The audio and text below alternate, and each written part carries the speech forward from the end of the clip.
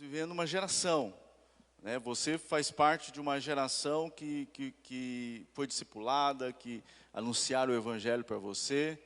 Depois de nós vem outra geração, isso é normal, é normal. Nós temos que entender que ninguém fica para semente, é natural, e existe um processo natural de envelhecimento. Eu sei que às vezes a gente não gosta, né, dos cabelos brancos, ou não gosta de envelhecer, mas isso é honra, isso é algo bom. Isso demonstra a tua sabedoria, isso demonstra o teu tempo de vida, de caminhada com Cristo. E é importante entender também que as gerações elas mudam, o tempo passa e outra geração vem. E uma coisa que é verdade, que nós temos visto e ouvido nesses últimos dias, é que talvez nós estamos vivendo um tempo da última geração, onde talvez não teremos mais uma próxima geração. Mas por quê, pastor? Porque o fim está próximo? Exatamente. Porque cada vez mais os sinais, cada vez mais a gente pode entender, fazer a leitura que de fato o fim está próximo. Os irmãos têm acompanhado, talvez, nesses últimos dias, mas o principal líder, né, da Igreja Católica, ele afirmou e declarou que agora é preciso aceitar, né, o casamento homoafetivo. Nós não, de maneira alguma, somos contra as pessoas, mas a prática nós condenamos do pecado. Tanto é verdade que Deus ele ama o pecador, mas ele rejeita, ele reprova o pecado. Essa é a verdade, isso não muda. E nós, como igreja, não podemos de maneira alguma mudar esse tipo de pensamento e tentar de alguma maneira ajeitar uma fórmula que a gente tenta às vezes, né, para agradar A, B, C, a gente tenta de alguma maneira ajustar algumas coisas, mas com Deus não tem ajuste. A palavra de Deus ela deixa algumas coisas bem claras a respeito dessas coisas.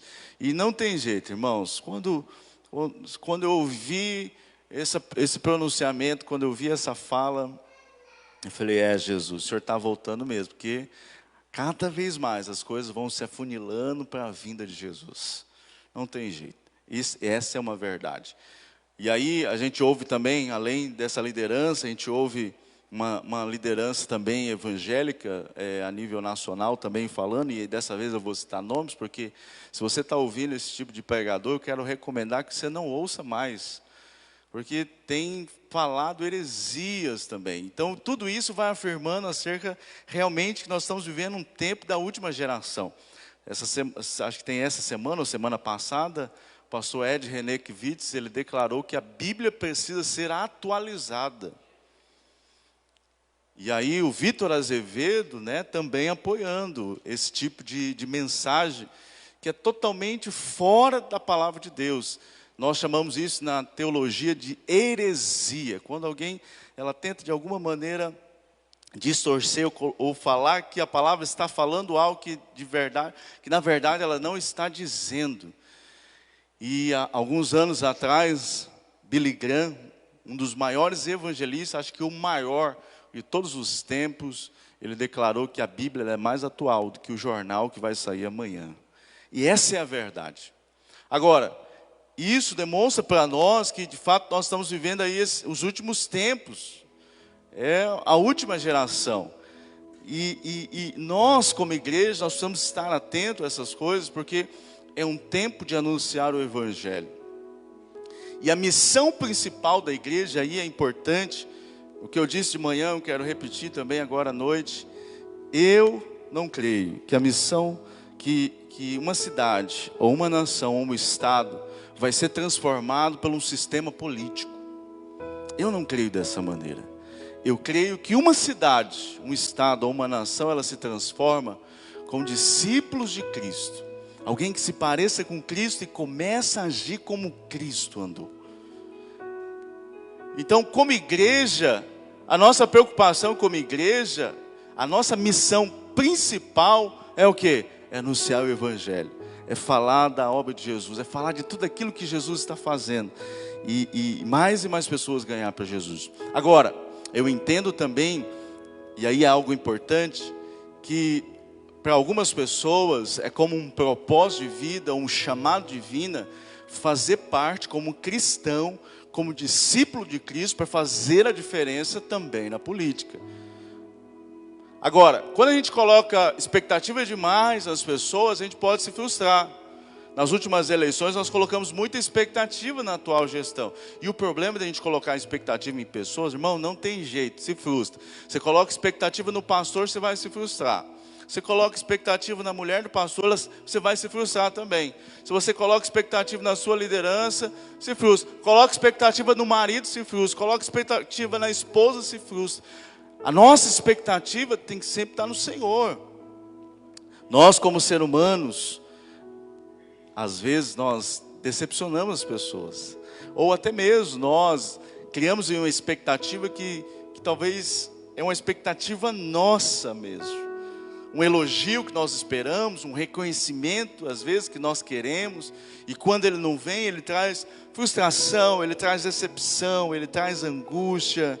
Então, por isso que eu digo que a missão nossa como igreja, o foco principal nosso como igreja, é anunciar o Evangelho de Cristo, para que nós possamos ver a transformação da nossa cidade, a transformação do Brasil e do nosso estado e daqueles que estão perto de nós.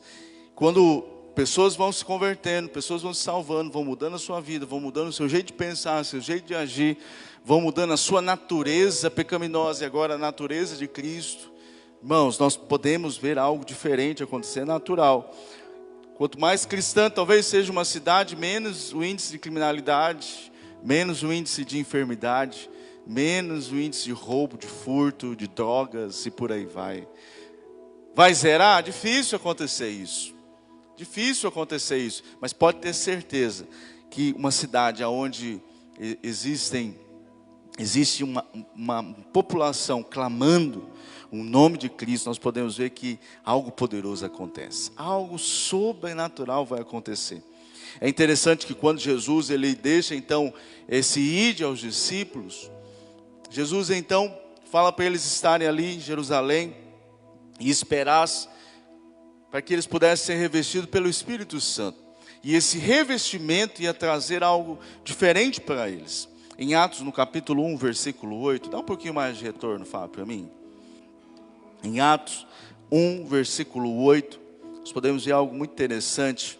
Diz assim: mas recebereis a virtude do Espírito Santo, que há de vir sobre vós. Ser-me-eis testemunha, tanto em Jerusalém, como toda a Judeia, Samaria e até os confins da terra. Até os confins da terra. A palavra do Senhor declara então que eu e você agora, nós seremos ou somos testemunhas de quê? De Cristo. Então, aonde eu for, aonde eu andar, na minha casa, no meu trabalho, na minha empresa, na minha rua, na minha vizinhança, eu preciso ser testemunha de Cristo. Meu testemunho precisa falar com a vida que eu estou vivendo. As pessoas têm que olhar para mim e ver a imagem de Cristo. A Bíblia fala que agora nós somos testemunhas. Testemunhas de Cristo. Aonde você for, agora você é um discípulo de Cristo. E você tem que dar testemunho disso. As pessoas precisam olhar em você e falar assim: olha, lá vai um cristão, uma família de Deus, alguém que é diferente, alguém de caráter, alguém que é honesto, alguém que é verdadeiro, alguém que eu posso talvez pedir ajuda, alguém que eu posso ver uma mudança de comportamento, de atitude, o jeito de falar, o jeito de vestir, a sua maneira de conduzir as coisas é diferente, é diferente. Tanto é verdade que os discípulos, eles foram cheios do Espírito Santo. A Bíblia fala que na primeira pregação ali, quase 3.000 almas se converteram e se batizaram ali, pela autoridade da palavra que eles estavam ministrando naquele lugar.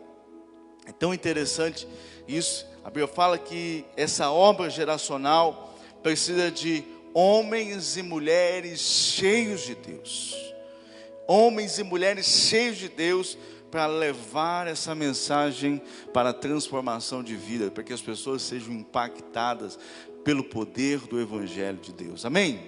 Tenho certeza que um dia alguém ministrou na sua vida, alguém falou de Jesus para você, alguém andou junto com você ou ficou perto de você e você sentiu segurança e você foi tocado por aquelas palavras que foram inspiradas por Deus, que foi o Senhor usando aquela pessoa para ministrar sobre a sua vida. Alguém que foi instrumento de Deus para abençoar você. Irmãos, nós precisamos ser cheios de Deus. Você precisa ser alguém cheio de Deus. Agora a gente fica se perguntando, pastor, mas por que dessa obra geracional? Porque nós precisamos alcançar essa próxima geração. Nós vamos ver na Bíblia, a palavra do Senhor declara que a responsabilidade nossa é ensinar os nossos filhos acerca do Evangelho, acerca da palavra e acerca do caminho que ele deve andar e acerca de tudo aquilo que Deus fez na vida dele. Isso é importante, isso serve como testemunho, isso muda uma característica, isso muda um posicionamento, isso muda uma maneira de pensar. Por isso que é importante a gente não apenas estar preocupado com o presente, mas pensando no futuro. Por isso que nós investimos muito na vida das crianças, dos nossos adolescentes, dos nossos jovens. Que aqui lá na frente sejam homens e mulheres de Deus, que vão dar continuidade, na obra de Deus, continuidade naquilo que precisa ser feito na obra de Deus. Isso é algo muito importante que nós precisamos entender.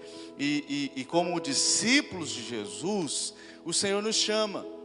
E esse santo chamado de Deus para a nossa vida, ele vem também, o Senhor vem nos capacitando também para exercer, porque nós temos essa preocupação. Será que uma vez chamado, uma vez que o Senhor me chama, eu vou conseguir exercer, eu vou conseguir falar desse Evangelho, eu vou conseguir testemunhar? Vai, porque é o Senhor que vai te capacitar, é o Senhor que vai colocar as palavras na sua boca, é o Senhor que vai fazer você lembrar de versículos que você tem dificuldade de lembrar, mas você lê a Bíblia e no momento certo o Espírito de Deus vai fazer que você lembre desses versículos e sejam tocados por Ele, e seja um instrumento de Deus na vida de outra pessoa. Agora, é importante nós percebermos, para que o Senhor possa nos usar, para que o Senhor possa então usar cada um de nós, e essa é a vontade dEle na nossa vida.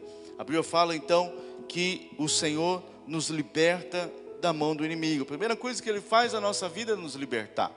Em Gálatas 5, versículo 1 diz assim: foi para a liberdade que Cristo nos libertou, portanto permaneçam firmes e não se deixem submeter novamente ao jugo da escravidão. O que o Senhor está falando? Olha, você agora me encontrou e você foi liberto. A Bíblia fala que Cristo nos libertou. Libertou de quê? De tudo aquilo que nos limitava, que nos distanciava de Deus, tudo aquilo que nos afastava da presença de Deus. O Senhor fala que Ele nos libertou. Agora, é importante para nós, nós não voltarmos ao jugo da escravidão.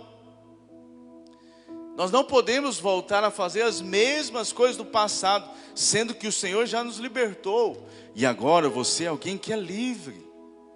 Livre de toda condenação, livre de tudo aquilo que escravizava você antes, seja um vício, seja um desejo carnal, seja algo que prendia você, ou que limitava você, que impedia o seu crescimento, o seu avanço.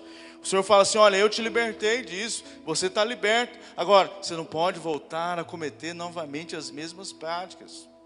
Isso é importante para nós, e é importante nós estarmos atentos a isso, porque em tempos, talvez o inimigo ele tenta trazer isso na nossa vida, nos levando aos costumes do passado, com isso nos distanciando de Deus, com isso nos afastando do propósito, com isso nos afastando do relacionamento com Deus, de tudo aquilo que Deus quer fazer na nossa vida, com tudo aquilo que Deus quer se manifestar na nossa vida. Então, é importante nós entendermos que o Senhor nos libertou. Ele tem libertado você, Ele te libertou. Você é alguém que é livre.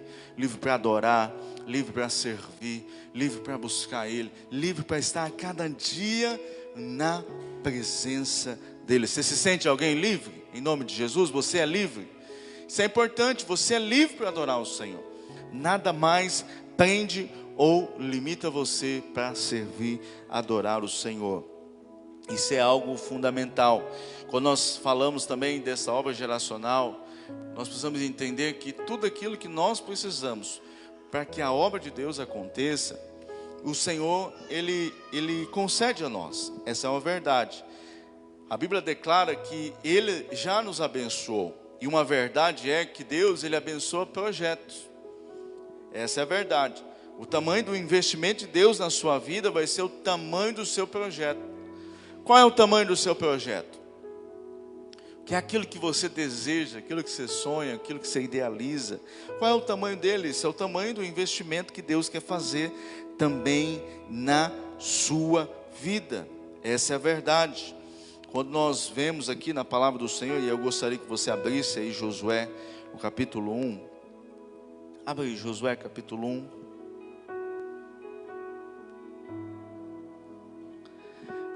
Diz assim, Josué 1, versículo 3. Como prometi a Moisés, todo lugar aonde puserem os pés, eu darei a vocês. Seu território se estenderá do deserto ao Líbano e do grande rio, o Eufrates, toda a terra dos hititas até o mar grande no oeste. Ninguém conseguirá resistir a você todos os dias da sua vida. Assim como estive com Moisés, estarei com você. Nunca o deixarei e nunca abandonarei. Versículo 6. Seja forte e corajoso, porque você conduzirá esse povo para herdar a terra que prometi sob juramento aos seus antepassados.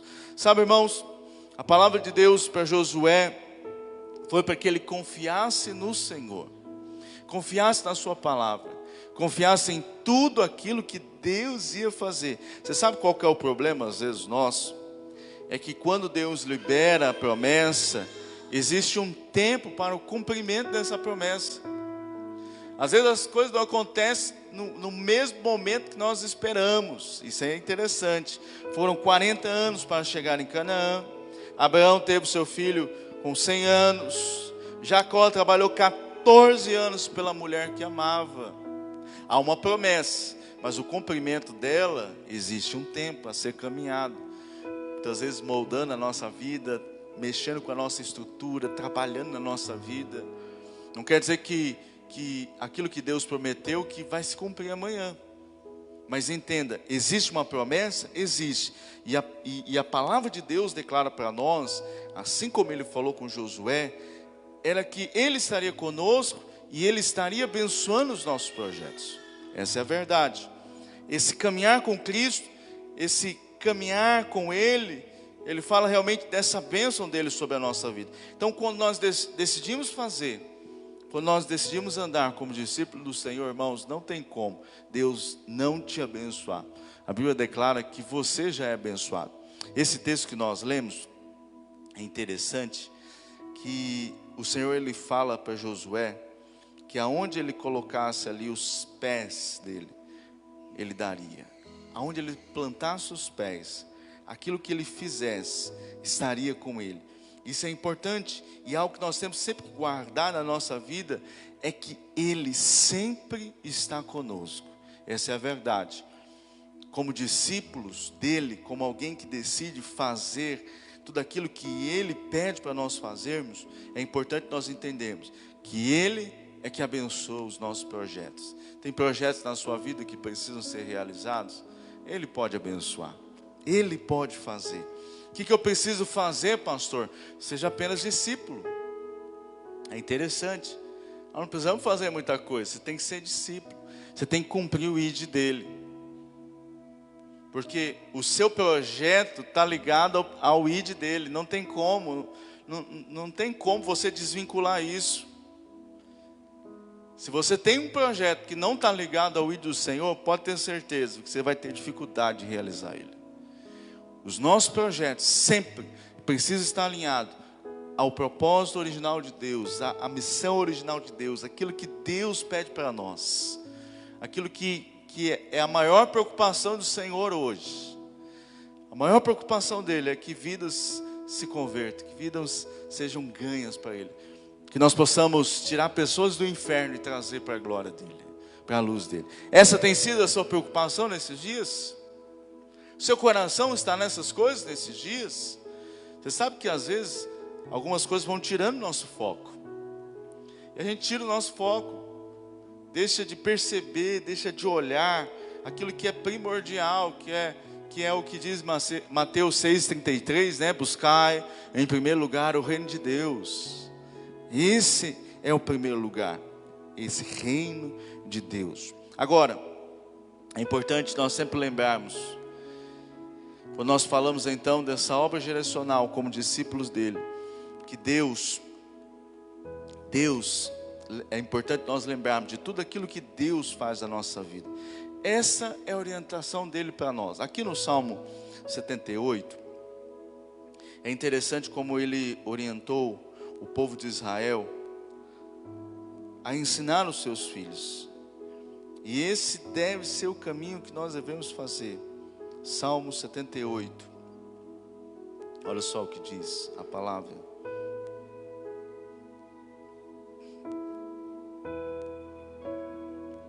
Versículo 3 diz assim: o que ouvimos e aprendemos, o que os nossos pais nos contaram, não esconderemos dos nossos filhos.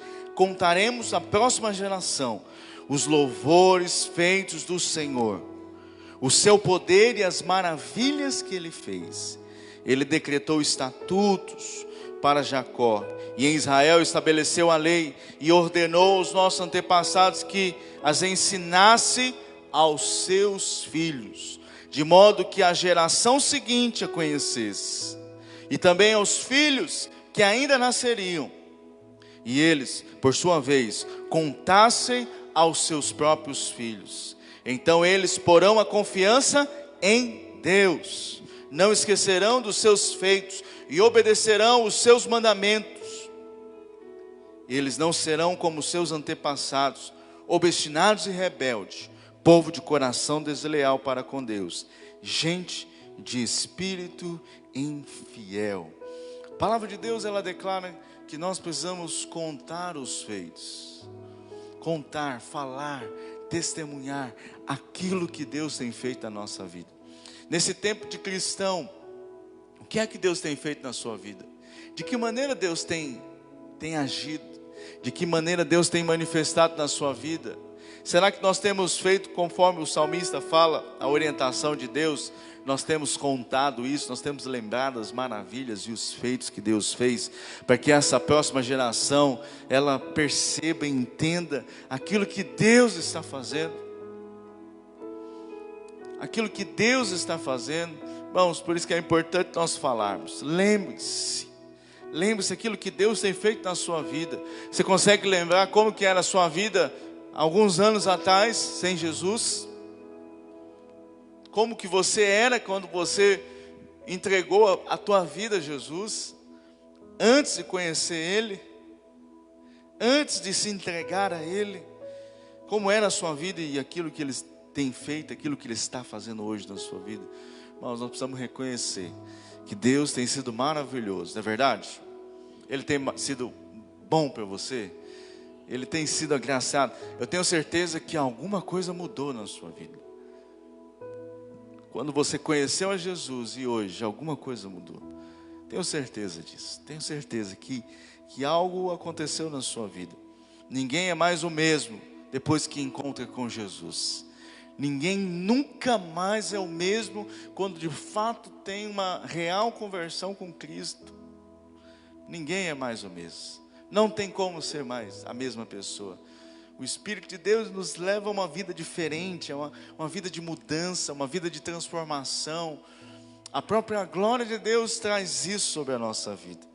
Isso é tão interessante, que aquilo que Deus tem feito na nossa vida hoje, serve como algo a ser testemunhado, algo a ser anunciado e ser mostrado, para que a glória dele se manifeste através de você. A glória dele vai se manifestar, as pessoas vão olhar a sua vida, vão olhar a sua família, vão olhar para você, vão ver que é a glória de Deus que está se manifestando em você. É a glória de Deus que está fazendo você. A Bíblia fala que o Senhor nos ungiu. O Senhor nos ungiu. Em Lucas, no capítulo 4, versículo 18, diz assim: o Espírito do Senhor está sobre mim, porque Ele me ungiu para pregar as boas novas. Você pode dizer assim: eu sou ungido de Deus para levar as boas novas. Amém? A Bíblia fala que Ele nos ungiu, e essa unção que está sobre nós, essa unção ela veio para nós proclamarmos a liberdade aos presos, a recuperação de vista aos cegos, e a libertar os oprimidos, e proclamar o ano da graça do Senhor, o ano aceitável do Senhor. Irmãos, há uma unção sobre a sua vida. Deus tem ungido você. Você é ungido de Deus. Você é ungido de Deus. Os títulos são humanos. São humanos os títulos. Mas entenda que a unção, o Senhor já liberou para cada um de nós. Você é alguém que é usado por Deus, já foi ungido por Deus. Às vezes você fala assim: não, eu preciso receber de uma unção para me poder começar. Não, quer dizer para você que você já foi ungido. Deus já liberou essa unção sobre a sua vida e deu essa autoridade divina para anunciar esse evangelho. Essa unção está sobre a nossa vida, está sobre essa igreja, está sobre você. O que eu tenho que fazer então, pastor? Começar a falar, abrir os seus lábios e anunciar o evangelho, que pode transformar a vida das pessoas, que pode mudar o coração das pessoas. É só isso. Você precisa abrir os seus lábios e declarar o poder da palavra. Você precisa liberar essa palavra poderosa. Quem convence é o Espírito de Deus. Quem transforma é o Espírito de Deus. Só Ele pode fazer. Mas é interessante, Ele decidiu confiar em nós para levar o evangelho. Os anjos queriam fazer, mas Ele falou assim: não, quem vai fazer são vocês, os meus discípulos. E nós somos esses discípulos hoje de Cristo. Nós somos esses discípulos hoje nessa terra, nesse tempo, agora que o Senhor tem nos chamado para lançar essa semente, para que a próxima geração seja ganha para Jesus, para que o evangelho não se perca, para que uma cidade não seja destruída. Imagine uma nação onde uma geração deixa de lembrar os feitos de Deus e aquilo que Deus fez. Irmãos, é destruição. É destruição, não tem jeito. Por isso que nós precisamos a cada dia mais levar o evangelho que transforma, que cura, que liberta e tem poder de impactar as pessoas. Só esse evangelho tem esse poder. Quem vai fazer isso, pastor? É você. É você. Põe a mão no seu coração e fala assim: eu sou chamado para isso. Agora aponta para o dedo para a tua pessoa que está do lado de você, ou está perto de você. Aponta aí, olhando mesmo de longe, fala assim: olha, você foi chamado por Deus para anunciar esse evangelho, para transformar essa cidade. Que privilégio, irmãos, que privilégio poderoso da parte de Deus. Deus tem te chamado para anunciar esse evangelho a tempo e a fora de tempo. Irmãos, esse é o tempo. Esse é o tempo. É agora, exatamente. Talvez seja a última geração que está por vir. E como igreja, nós não podemos perder o foco. Você sabe o que é o ruim? É fazer aquilo que Deus não mandou fazer. Isso é perder foco, perder tempo, perder dinheiro. É gastar energia com aquilo que não é para ser gastado. Você se cansa, você se frustra, você se decepciona. Não tem jeito. Por isso que eu não perco meu tempo com coisas que eu sei que não é necessário. Não gasta energia, não fique estressado, não fique nervoso com coisa que eu sei que Deus não mandou eu fazer. E eu fico em paz em relação a isso. Pode vir pressão de cá, de lá, fala assim: olha, não vou fazer. Deus não mandou eu fazer, não vou fazer, não vou, não tem jeito. E eu fico em paz em relação, por quê? Porque eu fico focado em realmente aquilo que Deus me chamou para fazer. Eu me lembro que nós estamos aí perto das eleições, né? Acho que falta agora alguns dias, né? Hoje é dia 1º, em novembro, esse mês, né? Agora nós estamos 1º de novembro. Exatamente, poucos dias, né? E eu me lembro que antes de começar tudo, alguém veio conversar comigo, e eu respeito muito essa pessoa. Ela veio com carinho e um reconhecimento, um respeito. Ela fez um convite, né? Falou assim: pastor, por que o senhor não sai candidato a vereador?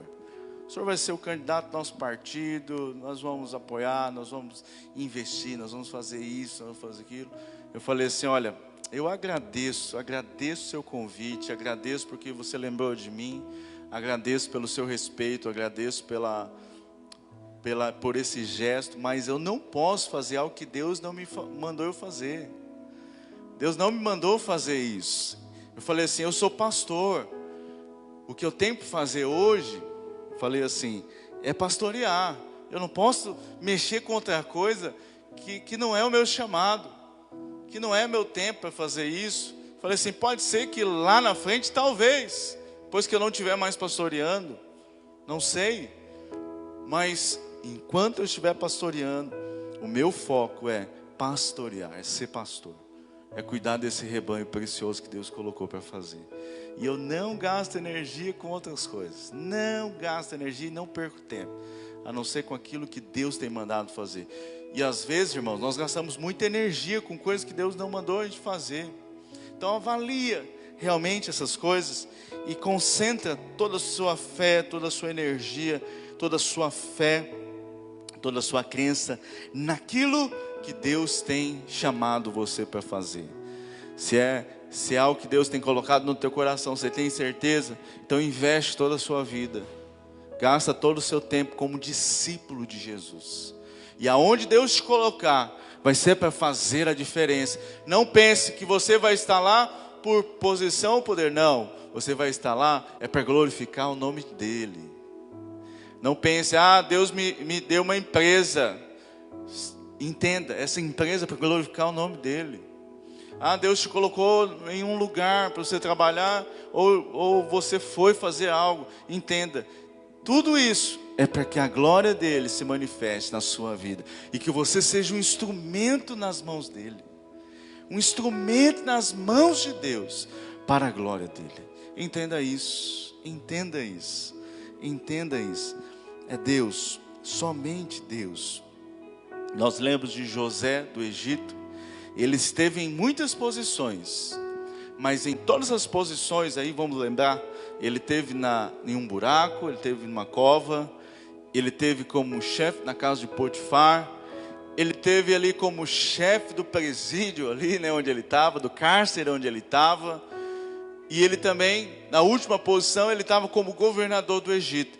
Mas em todas as posições que ele foi levado, que ele foi colocado, ele sempre glorificou o nome do Senhor. Ele sempre falou da grandeza do Deus dele. E é isso que o Senhor espera de nós. Nós, como essa geração que estamos vivendo hoje, que também temos que preocupar com a próxima geração, o Senhor tem nos chamado como discípulos. E essa unção está sobre nós, para nós levarmos esse evangelho que tem poder de transformar a vida de uma pessoa, que tem poder de transformar uma família, que tem poder de trazer uma mudança numa sociedade. Somente o poder do evangelho, somente o nome de Cristo, ele tem poder de mudar toda uma geração. Somente Ele pode fazer isso. E o Senhor nos escolheu nesse tempo. Deus te trouxe hoje para ouvir essa palavra, é porque Ele tem te chamado. E nós precisamos fazer como Isaías, dizer: Senhor, eis-me aqui e usa-me da maneira como o Senhor quiser. Quantos querem ser usados por Deus? Eu gostaria que você ficasse em pé então, para nós orarmos por isso, nós apresentarmos isso diante do Senhor, e que você seja esse discípulo usado por Deus, para levar esse evangelho que tem poder de mudar uma nação, de transformar vidas, de impactar o coração de muitos. Coloque a mão no seu coração. Eu gostaria que você fechasse seus olhos. E eu gostaria que você meditasse nessa palavra que o Espírito trouxe ao seu coração nessa noite. Essa palavra que traz um impacto e às vezes traz também um desconforto na nossa vida, porque ela sempre exige de nós uma ação diante da palavra, diante daquilo que Ele tem ministrado para nós, diante de tudo aquilo que Ele tem falado ao seu coração. Ore ao Senhor nessa noite, declarando isso, declarando essas verdades da palavra, essas verdades da palavra do Senhor, que tem trazido transformação sobre você, sobre a sua casa, sobre a sua família. Oh Senhor Jesus, nós esperamos isso, Espírito de Deus.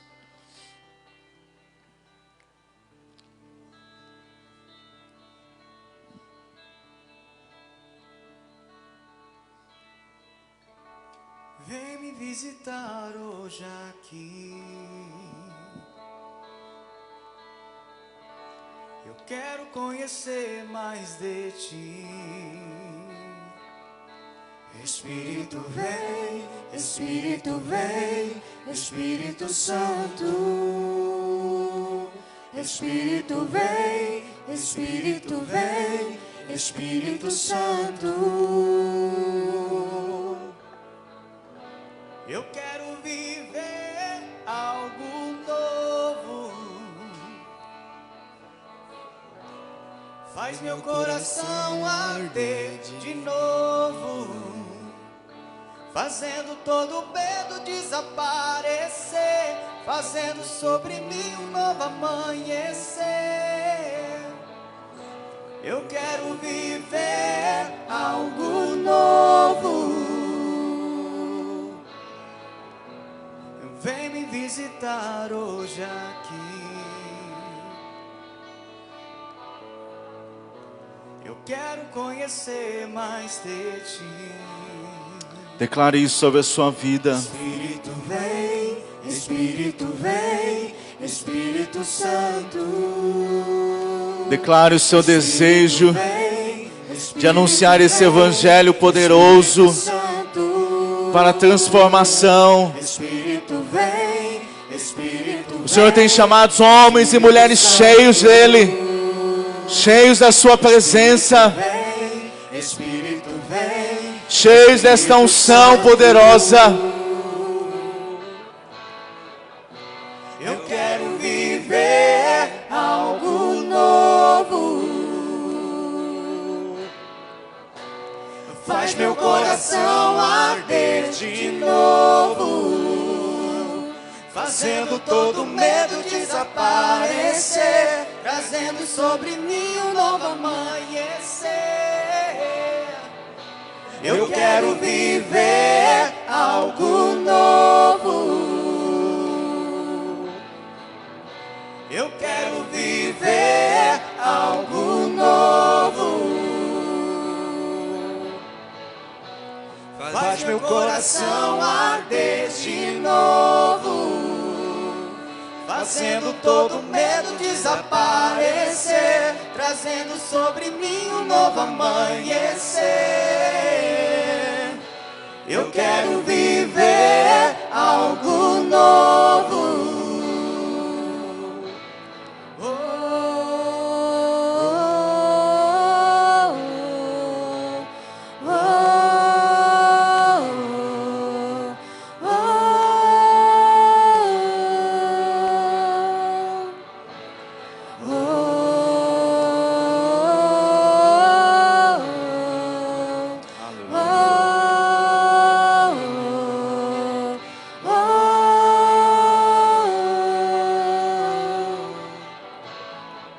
Santo Espírito desce como fogo, Santo Espírito desce como fogo, incendeia, incendeia. Santo Espírito desce como fogo, Santo Espírito desce como fogo, incendeia, incendeia. Comece a declarar que sobre a sua vida há uma unção. Santo Espírito, E esta unção é a que te capacita. Santo Espírito, É a unção de Deus que vem te capacitando. É ela que tem te trazido a autoridade para levar esse evangelho, para transformar a vida das pessoas. como fogo, Entenda, Deus tem chamado você para levar esse evangelho para essa geração, para famílias, para que pessoas sejam alcançadas pelo poder de Cristo.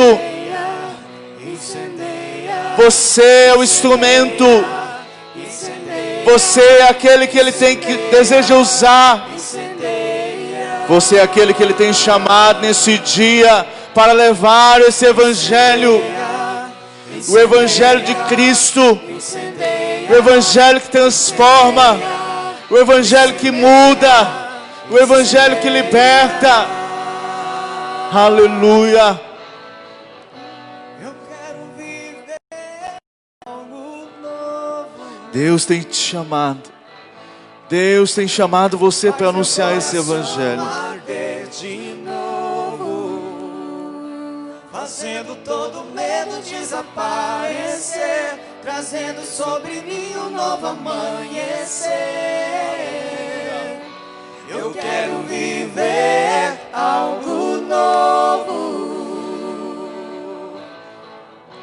Eu quero viver algo novo. Aleluia. Aleluia.